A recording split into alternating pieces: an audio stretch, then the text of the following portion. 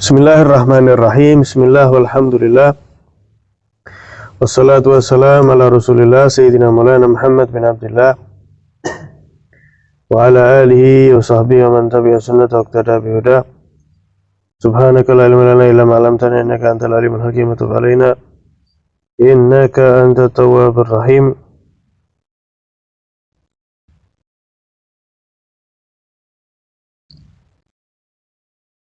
Melanjutkan daripada kajian kita kitab Tajul Aras,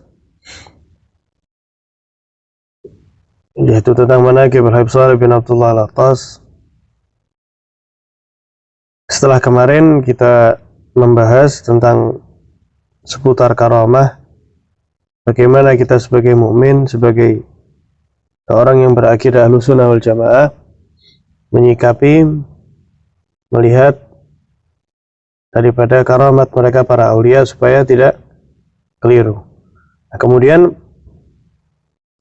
Ali bin Husain Al-Attas di sini beliau menyatakan, dan saya akan menjelaskan beberapa bab daripada kitab ini. Bab yang pertama, beliau membahas tentang apa sebab beliau menyusun kitab Tajul Aras ini. Kemudian yang kedua, tentang nasab daripada Al-Habib Shalih bin Abdullah Al-Attas dan keistimewaan beliau dan pujian-pujian para pembesar aulia dan ulama kepada beliau. Bab ketiga akan dibahas tentang ayah beliau, ibu beliau, istri, anak daripada Al-Habib Shalih. Kemudian bab keempat akan membahas tentang guru-guru Shahibul Manaqib, yaitu Al-Habib Shalih Al-Attas. Bab kelima membahas tentang teman-teman beliau yang saling mengambil, beliau mengambil dari temannya, temannya mengambil dari beliau daripada ilmu.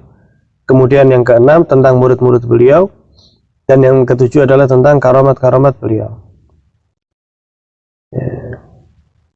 Adapun penutup nanti insyaallah sehat panjang umur semuanya, ini 2 juz ini yaitu mencakup rotib daripada Shahibul Manaqib, kemudian wirid daripada saudara beliau yaitu Al-Habib Ali bin Abdullah Al-Attas, dan rotib Sayyidina Al-Habib Umar bin Abdurrahman Al-Attas, dan zikir yang ma'ruf dengan tauhid, ya. Dan semuanya insyaallah wa kulluha satumuru bil qari' ala hadar tartib insyaallah, dan semuanya insyaallah akan kita bahas satu persatu dengan urut insyaallah taala. Maka sebagai pembuka di sini al-musannif, ya, Al-Habib Ali bin Husain Al-Attas, beliau memulai kitab ini ya dengan membahas bagaimana beliau kok menyusun daripada manaqib Al-Habib Al-Imam Shalih bin Abdullah Al-Attas. Qala al-musannif rahimahullah ta'ala wa nafa'ana bi bil fidarin amin. Waqad ibtada'tu fi manaqib Sayyidil Walid Shalih bin Abdullah Al-Attas radhiyallahu ta'ala anhu wa nafa'ana bi bima sami'tuhu minhu aw talaqqaitu anhu aw naqalahu ilayya min sahibihi minhu. Nah, saya memulai daripada kitab ini Manaqib Al-Habib Shalih bin Abdullah Al-Attas daripada apa yang saya dengar, saya dapatkan, apa yang datang kepada saya daripada orang-orang sebaya beliau, orang-orang sezaman beliau, ya, dari awal usianya hingga akhir wafat beliau, ya. Pada awalnya kata beliau tanpa diberi bab, tanpa diberi cabang-cabang, ya.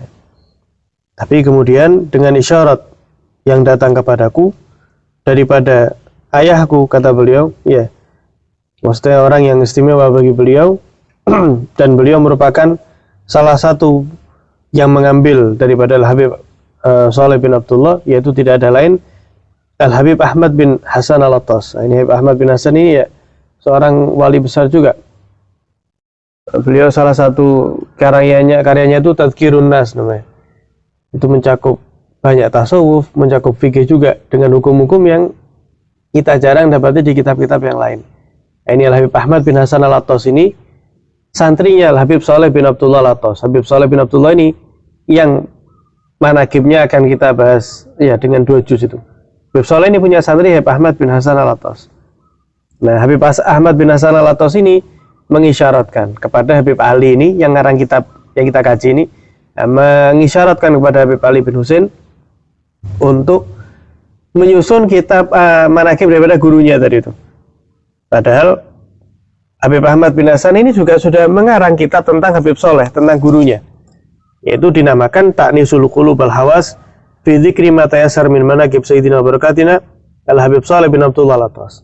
Nah, jadi Habib Ahmad bin Hasan ini mengarang kitab tentang gurunya, tapi juga mengisyaratkan kepada Habib Ali bin Husain Al-Attas untuk menyusun kitabnya itu dibikin serapi mungkin, seindah mungkin, sehingga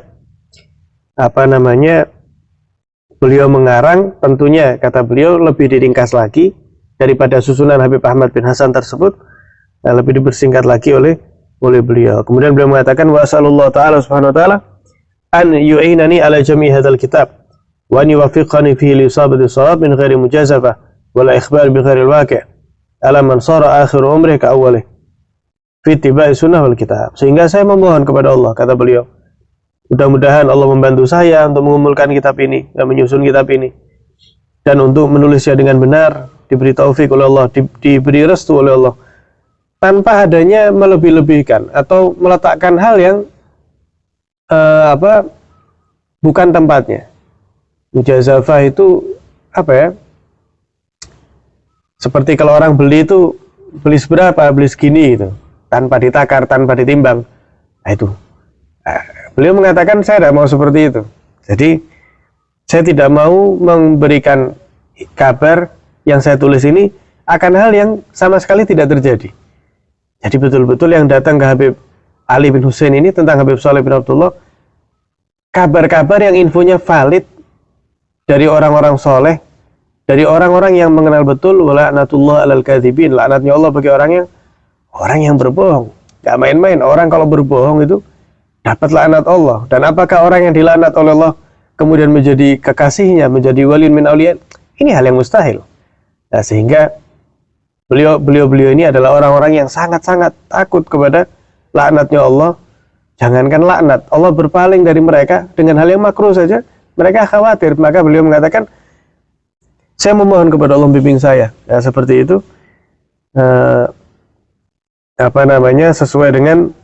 Sesuai dengan Al-Quran dan hadis Nabi Shallallahu Alaihi Wasallam. Ya, kemudian beliau melanjutkan mengatakan, ya, di tengah-tengah kitab ini beliau nanti menyebutkan tentang Al-Habib Abu Bakar bin Abdullah Al-Attas. Ya. Kemudian Al-Habib Ali ini cerita, "I'lam rahimakallah, ketahuilah wahai engkau yang dirahmati Allah, bahwa ketika Habib Saleh ini wafat, Habib Saleh bin Abdullah Al-Attas ini wafat, ya, di masa hidupnya ayah saya, ya, dianggap ayah oleh beliau siapa? Al-Habib Abu Bakar bin Abdullah Al-Attas, ya, yang kita holi itu, walid al-masyhur. Ya. Ketika Habib Saleh ini wafat di masa hidup Habib Abu Bakar, maka saya minta isyarat kepada Habib Abu Bakar untuk menukil sedikit daripada karomatnya Habib Saleh ini. Tanya ke Habib Abu Bakar, boleh tidak Habib Abu Bakar? Saya ini pengen nulis sedikit saja karomatnya Habib Saleh bin Abdullah Al-Attas. Maka Habib Abu Bakar ini menjawab dengan bait burdah, dengan mengatakan, da'mat da'athun nasara fi nabiyihim. Tinggalkan apa yang diakui oleh orang Nasrani akan nabi mereka, yaitu Nabi Isa. Maksudnya gimana? Kata Habib Saleh ini, maka setelah Habib Abu Bakar Al-Attas menjawab seperti itu, da'mat da'athun nasara fi nabiyihim, saya terdiam. Dan saya memahami bahwa maknanya saya jangan menukil apa yang saya dapati dari Habib Saleh bin Abdullah dengan berlebihan. Al-ghulu, ini kan orang-orang Wahabi ini paling suka gulu, berlebihan. Apa sih berlebihan itu? Berlebihan itu kan sesuatu yang melampaui batas, ya kan? Sesuatu yang melampaui batas itu dinamakan berlebihan. Sehingga ketika kita ingin mengatakan ini berlebihan, kita harus tahu batasnya seperti apa. Nah, kadang kita nggak tahu batasnya, dibilang melampaui batas loh. Batasnya mana dulu? Nah, seperti melampaui batas itu orang-orang Nasrani yang mereka menuhankan Nabi Isa. Nah, mereka memuliakan Nabi Isa, mengagungkan Nabi Isa, sampai pada akhirnya mengkultuskan Nabi Isa, bahkan menuhankan Nabi Isa.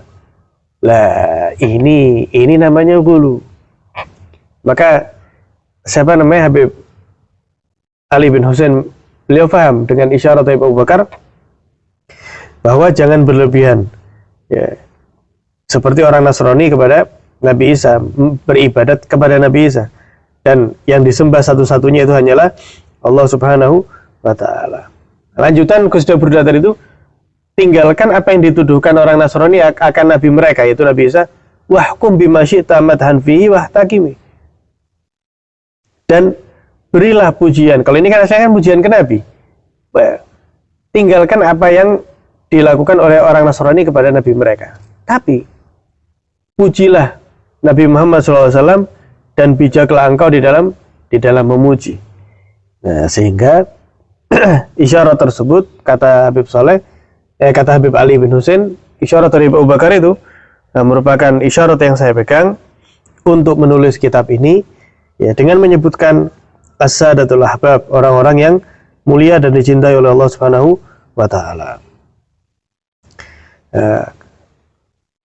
Ketika musannif menyatakan Walid al-Masyhur, ayah saya yang masyhur, itu berarti yang dimaksud itu rumus. Yang dimaksud siapa? Yaitu Al-Habib Abu Bakar, ya, bin Abdullah Al-Attas. Dan Habib Abu Bakar ini akan disebut juga oleh beliau, ya, akan disebut juga oleh beliau di dalam manaqib ini. Ya, sehingga dalam kitab ini, kata beliau, saya menuangkan kisah-kisah hidup daripada mereka orang-orang yang mulia, ya, bagaimana perjalanan hidup mereka, bagaimana barokah mereka di setiap tempat yang mereka datangi, manfaat mereka di masyarakat sekitarnya. Semata-mata yang pertama, apa alasan beliau juga? Yang pertama, yaitu merupakan mengambil buah daripada hadis Nabi SAW. Nabi mengatakan, Inna rajula idza radiya hadiyar rajul wa amalah fahuwa mithluh. Sesungguhnya seseorang yang ridho, yang mau menerima petunjuk seseorang dan amalnya, fahuwa mithluh, maka itu orang dinyatakan serupa dengan sosok yang dia tiru. Jadi ini kebaikan atau keburukan, ya. Jadi orang kok senang gitu loh, senang dengan petunjuk seorang alim, seorang soleh dan amalnya, maka dia termasuk ke dalam golongan orang soleh tersebut. Dalam riwayat yang lain, ya, riwayat Imam Ahmad, la yuhibbur rajulu qauman illa ja'alahu Allahu ma'ahum. Tidaklah seseorang mencintai sebuah kaum melainkan Allah jadikan dia masuk golongan kaum tersebut. Mudah-mudahan kita termasuk cinta kepada orang soleh. Dalam riwayat yang lain, almar'u ma'aman ahab. Seseorang akan dikumpulkan dengan sosok yang dicintai. Dalam hadis Bukhari, bahkan ketika ada orang datang kepada Nabi SAW, ini hadis yang masyhur, ya, kita sering dengar. Kemudian tiba-tiba bilang, ya Rasulullah, mata sa'ah, kapan kiamat? Kata Nabi SAW, loh, madza adattalah, apa yang kau siapkan untuk kiamat? Kamu kok keburu-buru tanya kiamat, apa yang kamu siapin? Jawab orang tersebut, la syai', tidak ada ya Nabi, illa, hanya saja, anni uhibbullah wa rasulullah, saya ini cinta kepada Allah, cinta kepada engkau, yaitu Nabi SAW. Akhirnya jawab oleh Nabi, kalau gitu, anta ma'aman ahbabta. Jika betul seperti itu, maka engkau kelak akan dikumpulkan dengan orang yang kau cintai. Itu Sayyidina Anas bin Malik, yang saat itu hadir dan mendengar langsung dengan telinga beliau, menyatakan, fama farihna bisyai'in, tidak ada sesuatu yang lebih membuat saya gembira seperti gembiranya saya ketika mendengar ucapan Rasulullah SAW, anta ma'aman ahbabta, engkau akan kumpul bersama kelompok yang kau cintai di dunia. Kemudian Sayyidina Anas, beliau mengatakan, fa'ana uhibbun Nabi SAW, maka saya cinta kepada Nabi SAW, wa Abu Bakrin wa Umar, dan saya cinta kepada Sayyidina Abu Bakar dan Sayyidina Umar. Dan saya berharap, kata Sayyidina Anas, kelak saya dikumpulkan bersama mereka, ya sebagaimana hidup saya bersama mereka. Wa in lam a'mal bimithli amalihim, sekalipun saya ini Anas bin Malik tidak memiliki amal seperti mereka, seperti Nabi, Sayyidina Abu Bakar, Sayyidina Umar, tapi saya cinta kepada mereka. Nah, maka Al-Habib Ali bin Hasan Al-Attas mengatakan, dan saya cinta kepada Allah, saya cinta kepada Nabi, saya cinta kepada para sahabat dan pengikut mereka, dan saya cinta kepada Al-Habib Umar Al-Attas. Ya, ini dikutip oleh beliau di dalam kitabnya ya, ketika memuji Al-Habib Umar bin Abdurrahman Al-Attas. Kemudian Al-Habib Ali bin Husain Al-Attas yang ngarang kitab ini pun mengatakan, wa ana aydan, saya pun juga, saya cinta kepada Allah dan Rasulnya, saya cinta kepada para sahabat dan pengikutnya, dan saya cinta kepada Al-Habib Umar Al-Attas, saya cinta kepada Ali bin Hasan Al-Attas, ya sahibul masyhad, muallif Al-Qirtas. Ya, maka kita pun ya dengan kadar cinta kita yang mungkin seberapa, ya di ziarah insyaallah penuh barakah ini, ya kita nyatakan kita cinta kepada Allah, ya kita cinta kepada Nabi, para keluarga Nabi, sahabat Nabi dan pengikut mereka. Kita cinta kepada Al-Habib Umar bin Abdurrahman Al-Attas, kita cinta kepada Al-Habib Ali bin Hasan Al-Attas, Al-Habib Ali bin Husain Al-Attas, Al-Habib Saleh bin Abdullah Al-Attas, Al-Habib Abu Bakar bin Abdullah Al-Attas, dan kita cinta kepada Al-Habib Abdul Qadir bin Alawi As-Sakaf, kita cinta kepada Syekh Maulana Ishaq, Habib bin Idris bin Salim, Syekh bin Salim, Habib Yahya bin Ali, Habib bin Abdul Qadir bin Hasan bin Gudban, dan seluruh aulia Syekh Makhdum Ibrahim Sulaiman dan Syekh Maulana Ibrahim Samarkandi, dan kita berharap untuk mendapat hujan daripada barokah mereka, amin ya rabbal alamin. Kemudian alasan yang lain, beliau mengatakan alasan beliau menyusun sejarah ini yaitu apa yang dikatakan oleh Syekh Abu Saleh Hamdun bin Ammar Al-Qasar An-Nisaburi. Beliau mengatakan kayak gini, man nadhara fi syari salaf, barang siapa yang melihat, memperhatikan tentang masa hidup mereka para salaf, arafa taqsirahu wa takhallufahu an zari darajat rijal. Barang siapa yang melihat bagaimana jalan hidup para orang-orang soleh, para aulia, dia akan mengenal kekurangan pada dirinya, dan dia akan menyaksikan penyimpangan yang masih ada pada dirinya. Nah, ini penting sekali. Jadi apa pentingnya kita itu tahu dengan orang-orang hebat? Kita menyadari bahwasanya kita ini masih kurang. Kita masih kurang. Ya. Jika kita merasa berusaha rendah hati, ternyata setelah tahu rendah hatinya mereka, tidak ada apa-apanya kita. Tidak ada apa-apanya sama sekali. Kita merasa kita takut kepada Allah. Tapi ketika melihat mereka, segitunya ya, gitu loh. Kita merasa cinta kepada orang soleh. Jika kita melihat cinta mereka kepada orang soleh, cinta mereka kepada Nabi, kepada Allah, cinta kita belum ada apa-apanya. Nah, jadi jika kita melihat kebaktian mereka kepada jika kita merasa mungkin adalah berbakti kepada orang tua, tapi melihat bagaimana bakti mereka, Habib Ali Habsyi yang mengatakan, seandainya saya ini dibawa sama ibu saya ke pasar, kata Habib Ali Habsyi, saya dibawa sama ibu saya ke pasar, terus dijual, dibilang saya ini budak, demi Allah saya ridho. Ada tidak di antara kita kayak gitu? Ibu saya nyuruh apa, saya turuti. Loh, ini kamu dijual, budak, jadi budak. Ini itu apa enggak? Nah, dari situ kita bisa menyaksikan, ya Allah, segitu ya. Nah, jadi penting sekali kita tahu supaya kita ini semangat. Khususnya kita ini kan hidup di akhir zaman ya. Supaya kita ini juga ingin menjadi orang-orang yang baik seperti mereka. Dan sebetulnya masih banyak lagi. Ya, insyaallah kita akan bahas di pertemuan yang akan datang. Semoga yang sedikit bermanfaat. Sallallahu alaihi wasallam Muhammadin wa ala alihi wasallam. Alhamdulillahirabbil alamin.